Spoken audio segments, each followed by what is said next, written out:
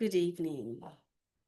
In this lecture, we want to explore psychosocial rehabilitation, what it means for us as clinicians, how we can step in to help our clients so that they can gain full functionality, for want of a better word.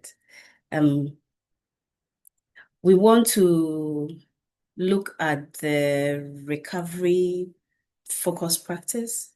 We want to look at community integration, and we want to look at how we can work alongside our clients so that they can function and participate in community living.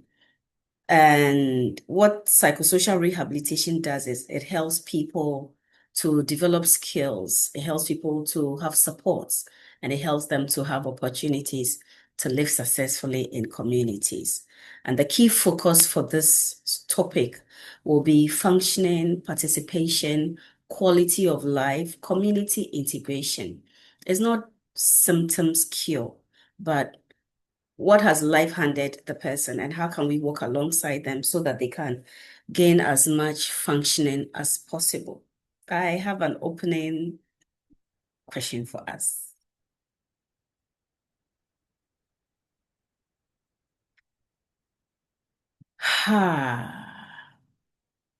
What helps someone live well with mental illness beside medication? What do you think? Are you thinking work? Could be. Relationships? Skills? Yeah. Support? Could be. So when we have all these things, how do they come together? And what is your role as a clinician in helping a client use work to gain functionality, gain some level of well-being? How can they use relationships? What are even what do we classify as relationships? How healthy are they? How harmful are they? And I know we talked a lot about that in class last week and the last couple of weeks. We've been talking a lot about how we can come alongside clients beyond the medication and the symptoms reduction. So, what is psychosocial rehabilitation? Psychosocial rehabilitation helps people to develop skills, to gain support, to have opportunities to live successfully in the community. In psychosocial rehabilitation, our focus is on functioning, is on independence, is on participation, and it's on quality of life. What is the core philosophy of psychosocial rehabilitation? It's recovery oriented. We've been using Professor Patrick Corrigan's book on psychiatric rehabilitation, and his recovery model of mental health talks about multiple things, including finding a sense of resilience and hope within yourself. And I know that today we're talking in our psychotherapeutic models class about sometimes clients need to borrow optimism from you. I think we're talking about the postmodern approaches to psychotherapy. And so there are times a client can find the resilience in themselves, but there are times they need to jump onto your own resilience before. It's a bit like when you're teaching a child who has mastered crawling and want to walk. There are times you hold their hand, and then as time goes on, you release it slowly till they can get to walk by themselves. Okay, in another philosophy of psychosocial rehab is to help the client have a positive sense of self-esteem and maintain a sense of purpose and meaning in life. They need to build healthy relationships. That's the whole crux of Professor Corrigan's book. But our philosophy for this is it's very person-centered. So it is not the clinician making decisions for the client or the patient, depending on your approach. It is a very collaborative work. It's community-based, and I've already talked about collaboration. So if we do a little, what's the word I'm looking for? Compare and contrast between traditional treatment and psychosocial rehab. What can we see? In traditional treatment, the focus is on symptoms reduction. The focus is on hospital.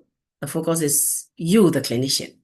However, in psychosocial rehab, we want life participation. How can the client live fully with what they have? It's very community focused, and because it's community focused, it's very partnership based. What about the goals? Our goal for this is with the client support as well as the people in their lives. We want to improve social functioning. We want to build daily living skills, and we will talk through each one of those. We want to support employment, we want to increase independence, and we want to strengthen community participation. So, the core psychosocial rehabilitation intervention overview is skills training, psychoeducation, supported employment, peer support, and community integration. Now, when we talk of skills training, what do? We want to teach the client communication.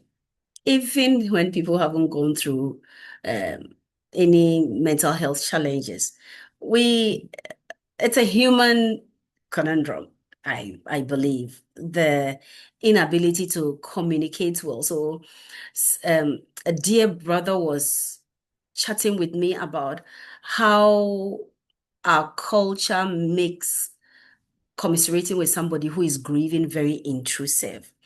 And people will just get up and come to your house any day, or they'll call you on the phone. Hey, so what happened? We heard he was dead. Can you tell us the details? Like, come on, is there no finesse to the way we communicate? But my position always is if a person hasn't been taught, how do they get to know it? And so we want to help the clients know communication. And there's a lot of psychoeducation, teaching them, letting them practice conversation skills, conflict resolution, because depending on the mental health challenges you have a short trigger for some things will trigger you. For some clients, it could even be the color. Okay, so if we teach our clients, these are conversation skills you need to have. When you say this, it rubs people the wrong way. Instead, you can say it this way. When there's a conflict, look at this. So I remember when I was taking the Gottman couples training some years back. I learned both how to tell somebody that you've been hurt by what they did or what they said in a way that doesn't make it look like you're attacking the person. So I use that in my trainings. While I don't do couples work, I believe that we are all a part of a couple in a way and a part of a group in other ways. So if we learn to communicate effectively, it helps. Through that training, I was also taught how to apologize properly because I come from a culture where I've been told it's okay, just let it go. Instead of saying, I did this, I know it may have affected you this way. I am sorry that this is how you were affected. Leave it there. You don't say, forgive me. The person has to do their forgiving when they are good and ready. You don't force it. Okay. And so all these are part of relationship skills.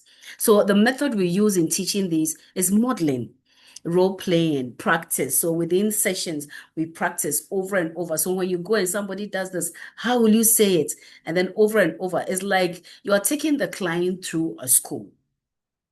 And this is where I guess as a believer, I will say the scripture that says he makes all things work together for good comes through because nobody would want to have mental health challenges. But if through that you get to have someone teach you about communication, about conversation skill, about conflict resolution, about relationship skill, then I guess everything has turned out for your good. Not that I'm saying this flippantly, but I like to reframe things. In psychoeducation, what do? We teach the client to understand the illness. We teach the client coping strategies.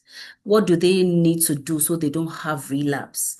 How do we bring on board the family so that they can all understand what's happening?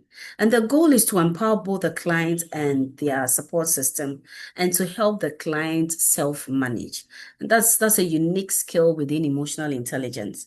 So if they don't manage themselves, then you can't expect them to manage their environment.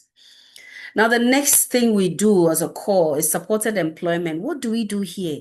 We help clients find work. So this is where you as a therapist, you act like a social worker. If you are in an employment where you don't do coordinated care, like I keep talking about, and you are the only one who is supporting the client's mental health journey, then you have to double as a social worker. So you help the client find work, you do a lot of job search. What are the clients? What do they have? What education qualification do they have? What job experience do they have? What are their inbuilt strengths that we can capitalize on that and help the client? We also teach them how to keep the work because finding work is different from keeping it. And then build vocational skills. Do they need to have any short trainings to empower them some more? Like in this day and age, a lot of people are learning AI. And if you sit and say, I don't want to do it, and all you go to AI to do is explain this, what do you do this? You won't get the most from it. The focus is on helping the client get adjusted in real world employment and through that gain the level of independence that they are hoping to get. What about peer support? Peer support uses lived experience, help them to get the mutual help they need. It actually helps with the recovery model. And the benefit is to give them hope, to reduce isolation, and to shift their identity.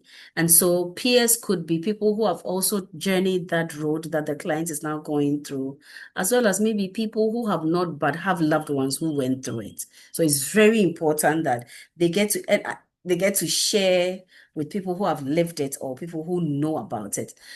I was going to jump ahead of myself, so I was tripping over my words. But one of the things I appreciate about the Alcoholics Anonymous group is they meet with people who are recovering alcoholics. And so they meet regularly and share some of the challenges they have, some of the support. So I have loved ones who went through both Narcotics Anonymous and Alcoholics Anonymous, and they have badges to say, oh, I haven't touched alcohol or haven't done drugs in maybe 2 years. This is my 2 year button. And we all cheer them on. Okay, so it's very, very important to have the peer support. How about when we help our clients to integrate in community? What supports do they need? They need housing support, they need relationship support, they need social participation, and they need to have a belonging in the community. And the end goal is to have meaningful life goals. So, for example, if they have, I don't know if Ghana, we have affordable housing, but in some countries, they have affordable housing where people who are recovering have, like maybe this is an apartment block with people with similar challenges or who have navigated that. It makes it easy to have relationships. And when I say relationship, it doesn't, I don't say it with intimate relationships in mind, with wholesome, healthy relationships that will help a person gain some meaningful life goals. And then it helps them to also get connected. So depending on the nature of the mental health challenge, people could live in maybe group homes because it helps to be part of something bigger than yourself. Now, what if the environment that the client is in is resource constrained? Because a lot of us, depending on the villages we work in, they don't have the resources. And so what psychosocial rehabilitation does is it does a lot of community network. It brings in family support, brings in peer support, local opportunities, what is available in the client's community. And this works especially with limited funding. So we don't always want to sit and say, but the government has to provide this. What if the government doesn't? What can we do as clinicians who are advocating for our clients to make sure that we are connecting them to all these resources that can help them? Now we're bringing it to Ghana. What resources exist here that we can connect our clients to along their journey in rehabilitation? So we can think of extended family. Did you think about that? Anything else that came to mind? Churches, yes. Apprenticeships, community leaders, peer networks, NGOs, informal employment. So psychosocial rehabilitation uses community structures, not just clinics. I feel like they use more of community structures than clinics. So an assignment for you. These are some free global resources. So World Health Organization Community Mental Health Guidance. So you can search community mental health services. You can search rehabilitation approaches. You can search mental health gap materials. What these do is they provide community-based intervention, low resource frameworks, global perspective, and this is very, very important for us here in Ghana. Another free global resource will be the United States Psychiatric Rehabilitation Association. What this site does is it provides the psychosocial rehabilitation principles, recovery guidelines, practice standards. Okay, so what you can do, I'm hoping that you go ahead and read some of the summaries there. And the final one will be the Substance Abuse and Mental Health Services Administration Recovery Resources. Okay, it provides some recovery models, some peer support, and the way we can even go about community integration. So that's some resources for you. Let's do a couple of cases. Actually, I have an assignment for you. If I were to ask you to design a psychosocial rehabilitation support for a client seeking independence, and you can give them any diagnosis just to put things in context for you, which interventions will you use? Why will you use that? And what local resources do you think you can connect to help those clients gain the independence they are looking for? Beyond all the cases, there are some ethical things we need to consider. I know that you guys are taking the ethics class now. So what is the ethical consideration of autonomy? And within autonomy is respect. So you may say the client has mental health challenges, okay, but does it mean they can't make decisions for themselves? And if you're thinking of that, what about the cultural context and the family involvement? What is the extent of the autonomy the client has? How does autonomy look like within that cultural context? What about the family involvement? Is their involvement going to be healing or harmful to the client? What about the client's choice? And an important thing within our environment, especially, is stigma. When I was growing up, I don't know if it still exists, but when I was growing up, if somebody had a mental health challenge, the people in the community didn't even want to associate with members of the family. So what members of the family did was they had to hide because there was that whole thing of, oh, it's a family thing. So if somebody in the family has, we used to call it madness, then you can't marry anybody in that family because then it will come and it's like taint your own blood. Stigma these days is a bit different. I feel like while we are talking, we are freer in talking about mental health challenges, we still have that underlying stigma there. So even those of us within the field, if I were to come and stand in class and tell students, hey, I'm struggling with some depressive symptoms or I'm on antidepressants, people will look at me like I have three heads. But that is the field we are in. So if we who are in the profession are holding these stigmas, what do we expect the communities to do? All right. When we talk of recovery within the psychosocial rehabilitation model, we know that it supports hope because when a person is sick, if you're not careful, it feels like someone takes away their hope. So within the recovery process, we make sure that we I don't want to use the word activate.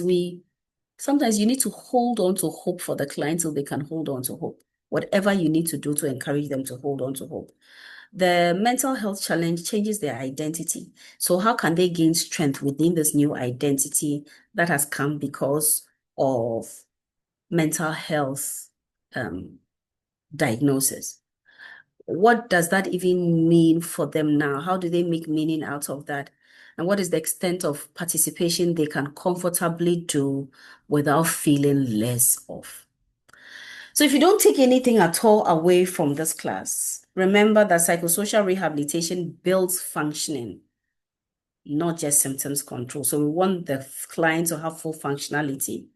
That within psychosocial rehabilitation, community matters a lot. Strengths matter. And hey, the hope is that recovery is very possible. Okay. Let me walk you through one or two cases and see what you'll do with those.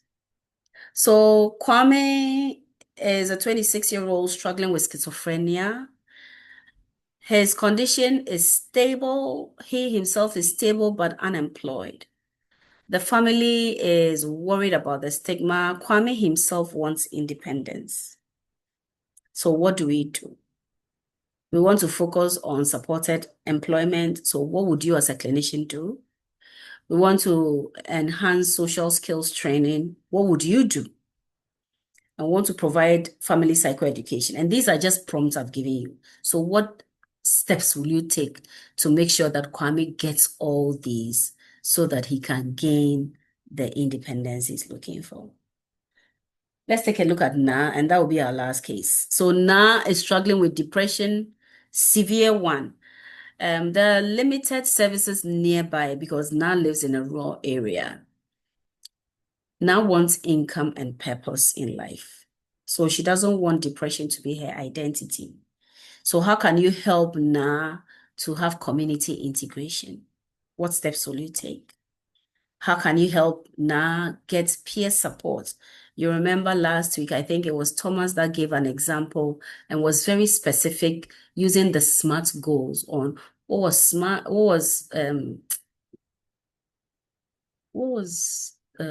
measurable, what was achievable, what was time bound in all those things that he did.